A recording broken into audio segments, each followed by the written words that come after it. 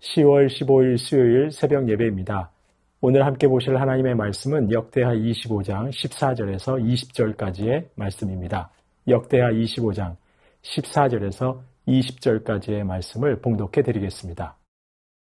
아마샤가 에돔 사람들을 죽이고 돌아올 때에 세일 자손의 신들을 가져와서 자기의 신으로 세우고 그것들 앞에 경배하며 분향한지라. 그러므로 여호와께서 아마샤에게 진노하사 한 선지자를 그에게 보내시니 그가 이르되 저 백성의 신들이 그들의 백성을 왕의 손에서 능히 구원하지 못하였거늘 왕은 어찌하여 그들에게 구하나이까 하며 선지자가 아직 그에게 말할 때에 왕이 그에게 이르되 우리가 너를 왕의 모사로 삼았느냐 그치라 어찌하여 맞으려 하느냐 하니 선지자가 그치며 이르되 왕이 이 일을 행하고 나의 경고를 듣지 아니하니 하나님이 왕을 멸하시기로 작정하신 줄 아노라 하였더라. 유다 왕 아마샤가 상의하고 예후의 손자 여호아하스의 아들 이스라엘 왕 요아스에게 사신을 보내어 이르되 오라 서로 대면하자 한지라. 이스라엘 왕 요아스가 유다 왕 아마샤에게 사람을 보내어 이르되 레바논 가시나무가 레바논 백향목에게 전가를 보내어 이르기를 내 딸을 내 아들에게 주어 아내로 삼게 하라 하였더니 레바논 들짐승이 지나가다가 그 가시나무를 짓밟았느니라. 내가 에돔 사람들을 쳤다고 내 마음이 교만하여 자긍하는도다. 내 궁에나 있으라. 어찌하여 화를 자초하여 너와 유다가 함께 망하고자 하느냐 하나 아마샤가 듣지 아니하였으니 이는 하나님께로 말미암은 것이라. 그들이 에돔 신들에게 구하였으므로 그 대적의 손에 넘기려 하심이더라. 아멘. 잠언 16장 18절은 말씀합니다. 교만은 패망의 선봉이요 거만한 마음은 넘어짐의 앞잡이라고 말씀합니다. 이 말씀에 정확하게 부합하는 인물이 바로 오늘 본문의 아마샤 왕입니다. 남유다의 아마샤 왕은 어제 보신 것처럼 하나님 말씀에 순종했습니다. 비록 우여곡절은 있었지만 그는 하나님 말씀에 따랐고 에돔과의 전쟁에서 승리했습니다. 그런데 아마샤는 전쟁에서 승리한 후 이해할 수 없는 행동을 합니다. 오늘 본문 14절에서 보시는 것처럼 에돔에 승리하고 돌아올 때 세일 자손의 신들, 바로 에돔 자손의 신들을 가져와서 그것들 앞에 경배하고 분향한 것입니다.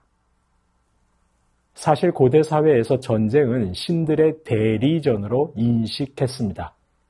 이런 인식에 비춰볼 때 아마샤가 섬기는 하나님이 에돔이 섬기는 신에게 승리한 것입니다. 그렇다면 전쟁에서 패한 에돔의 신이 아니라 승리한 유다의 하나님을 더욱 섬겨야 하는 것이 마땅합니다. 그런데도 아마샤는 어찌된 일인지 에돔의 신을 섬깁니다. 당시 상식에 비춰볼 때 도저히 이해할 수 없는 행동을 보이는 것입니다. 이런 아마샤의 행동에 하나님께서는 진노하셨습니다. 그래서 15절에 보시는 것처럼 한 선지자를 보내셨습니다. 그리고 왕을 꾸짖으셨습니다. 저 백성의 신들이 바로 에돔의 신들이 에돔 백성을 구원하지 못하였는데 어찌하여 그 에돔의 신들을 섬기느냐. 너무도 지당한 책망입니다. 그런데 이 책망을 듣던 아마샤를 보시기 바랍니다. 16절에 보시는 것처럼 아마샤는 선지자가 아직 그에게 말할 때에 선지자의 말을 가로막고 호통을 쳤습니다. 우리가 언제 너를 왕의 모사로 삼았느냐? 닥쳐라. 어찌하여 맞으려 하느냐? 맞아 죽고 싶지 않으면 그 입 닥치라는 것입니다. 그러자 선지자는 하려던 말을 그칠 수밖에 없었습니다. 에돔과의 전쟁 전 아마샤는 그래도 하나님 말씀을 따르던 자였습니다. 그런데 승리 이후 그는 하나님의 뜻을 전하는 선지자의 말을 아예 잘라버리며 들으려고도 하지 않습니다. 오히려 폭력으로 다스리겠다며 선지자를 협박합니다. 아마샤는 자신의 힘으로 에돔에게 승리했다고 착각했던 것일까요? 그는 교만하였고 오만하기 그지없습니다. 그리고 오만에 취한 모든 자들이 그렇듯 그는 이제 올바른 판단을 하지 못합니다. 17절을 보시기 바랍니다. 아마샤는 이제 참모들과 상의한 후 북이스라엘 왕 요아스에게 사신을 보냅니다. 오라, 우리가 서로 대면하자. 이 말은 오라, 우리가 힘을 한번 겨뤄보자 하는 말입니다.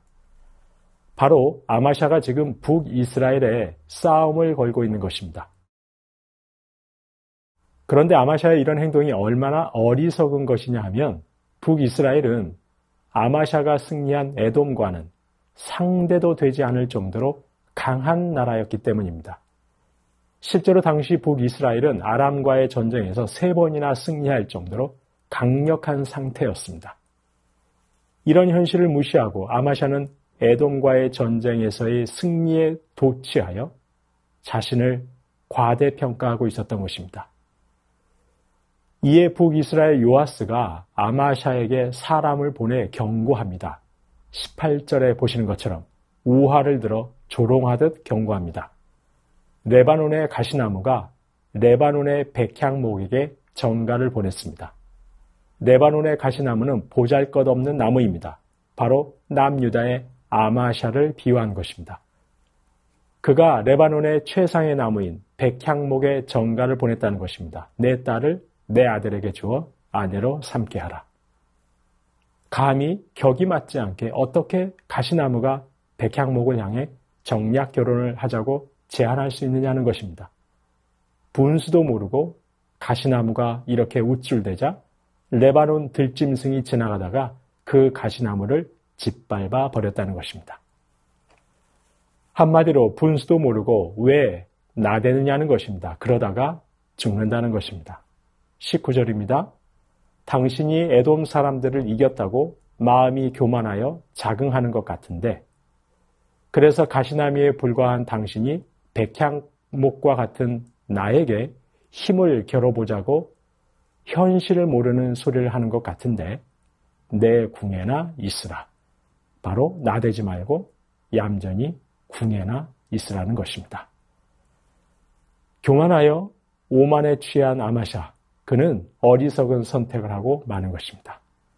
그런데 성경은 이것이 바로 하나님의 섭리였다고 말씀합니다. 20절을 보시면 아마샤가 듣지 아니하였으니 아마샤는 선지자의 말도 듣지 않았습니다. 북이스라엘 요아스의 조롱 섞인 충고도 듣지 않았습니다. 그런데 이는 하나님께로 말미암은 것이라고 말씀합니다. 하나님의 섭리라는 것입니다. 왜냐하면 그들이 바로 아마샤와 그의 참모들이 에돔 신들을 섬겼기 때문에 그래서 하나님께서 아마샤를 대적의 손에 넘기셔서 그들을 벌하기로 작정하셨던 것입니다. 하나님의 모든 섭리였다는 것이죠. 결국 유다는 패하고 말았습니다. 아마샤는 북이스라엘에 사로잡히고 말았습니다. 예루살렘의 성벽이 허물어지는 수치와 성전과 왕궁의 재물을 빼앗기는 모욕을 당하고 말았습니다.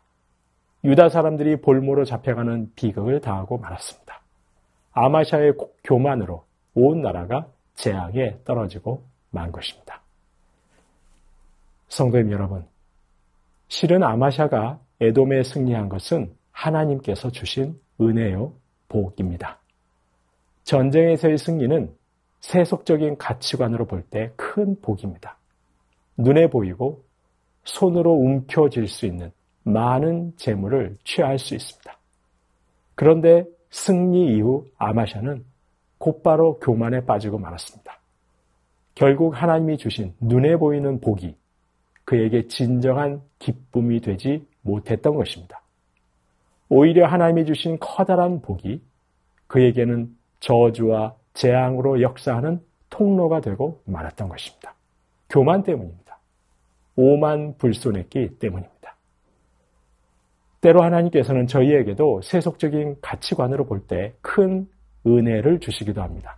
눈에 보이는 복을 주시기도 합니다. 직접 손에 움켜쥘 수 있는 복을 주시기도 합니다. 하지만 그 복이 진정한 기쁨이 되느냐는 저희에게 달려 있습니다. 그 큰 복을 받고 오만 방자에게 행한다면 그 복은 아무리 크고 좋은 것이라 하더라도 결국 재앙의 통로가 되고 말 것입니다. 하나님이 큰 은혜를 베푸셨을 때 오히려 교만하여 하나님을 멀리한다면 그 복은 재앙의 통로가 되고 만다는 것입니다.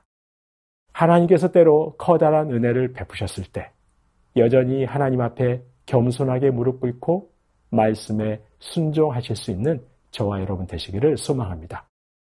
오히려 이전보다 더 말씀에 귀 기울이고 말씀의 나를 비춰보며 행여 교만한 마음이 싹트고 있는 것은 아닌지 더욱 살피실 수 있기를 소망합니다. 행여 오만 방자하여 패망과 넘어짐의 자리를 향해 달려가고 있는 것은 아닌지 더욱 살피실 수 있기를, 그리하여 하나님이 주신 그 은혜와 복이 진정한 기쁨이 되는 저와 여러분 되시길 주님의 이름으로 축원합니다. 주신 말씀 기억하며 기도하겠습니다. 눈으로 보이고 손으로 움켜쥘 수 있는 은혜를 주셨을 때 더욱 겸손하게 주님 앞에 엎드리고 주님 말씀에 순종하게 하옵소서. 행여 교만이 싹트고 있는 것은 아닌지, 오만 방자하여 패망으로 달려가고 있는 것은 아닌지 말씀 앞에 비춰보며 살피게 하옵소서. 주신 말씀 기억하며 기도하겠습니다.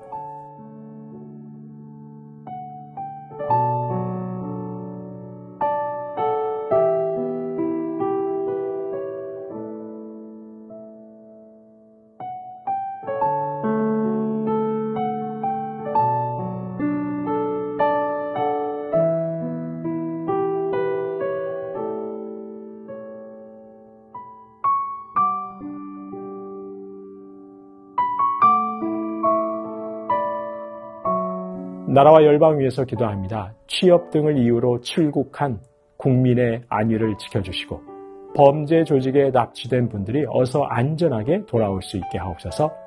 열방에 세우신 교회를 통해 전쟁과 다툼이 그치게 하시고 자연재해로 신음하는 분들의 일상이 회복되게 하옵소서. 나라와 열방을 위해서 기도하겠습니다.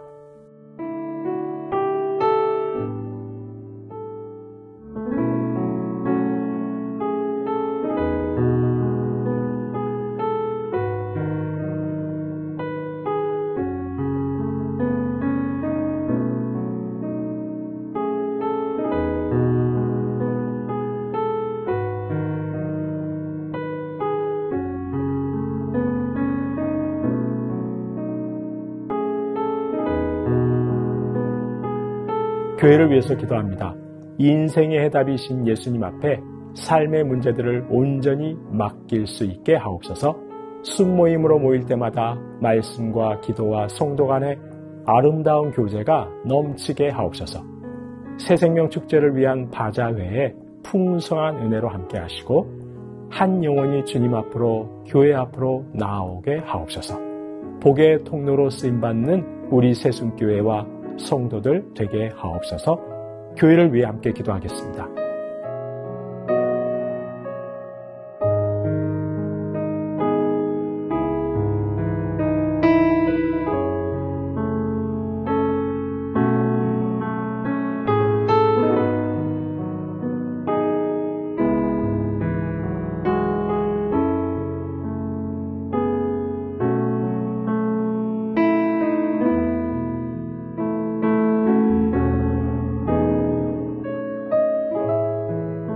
선교사님과 환우분들 위해서 기도합니다. 아이국의 오세나의 강보배 선교사님, 음악 사역을 통해 주님의 복음과 사랑이 흘러가게 하시고 개척한 6개 교회가 하나 되며 성숙한 공동체 되게 하옵소서. 11월 1일에 있는 딸 오선화 자매의 결혼이 하나님의 임재 속에 기쁨이 넘치는 축복의 결혼식이 되게 하옵소서. 이철주 장로님, 간의 농양을 제거하는 적절한 항생제가 투여되어서 염증 수치가 내려가게 하시고 온전하게 회복되게 하옵소서. 박대호 집사님, 조직 검사 결과가 좋게 나오도록 도우시고 수술 이후 회복과 치료의 모든 과정을 주께서 인도해 주옵소서. 배복희 집사님, 유방암 수술 이후의 모든 치료와 회복의 과정 속에서도 함께 하셔서 온전히 치유될 수 있도록 은총을 베풀어 주옵소서. 조정순 고사님의 남편 백형우님, 뇌출혈로 일반 병실로 옮겨 재활치료와 언어치료 중이십니다. 회복시켜 주시고 일상생활이 가능하게 하옵소서. 박세은 집사님, 유방암 발병 이후 뼈로 전이된 상황입니다. 육신의 모든 통증은 사라지고 마음 가운데 하나님의 깊은 위로와 회복의 은혜가 충만히 임하게 하옵소서. 김민정이 집사님, 방사선 치료의 효과가 크지 않아 현재는 호르몬제로 치료를 받고 있습니다. 검사 수치가 더 이상 악화되지 않고 안정되며 하나님의 은혜로 점차 회복되게 하옵소서. 권호승 권사님, 진행 중인 항암 치료가 계속 효과를 나타내어 암세포가 완전히 사라지고 면역력이 증가하여 모든 치료를 잘 감당하게 하옵소서. 노성빈 형제님, 크론병으로 팔찌 한번 주사제 치료받고 있습니다. 부작용이 생기지 않게 보호하여 주시고 모든 염증, 소장에 있는 모든 염증이 사라지게 하여 주시옵소서. 이외에도 수술받고 시술받고 회복 중에 계신 분들, 또한 항암 중에 계신 분들, 오랜 질병으로 투병 중에 계신 분들 하나님께서 치료해 주시도록 마지막으로 선교사님과 환우분들 위해서 함께 기도하시겠습니다.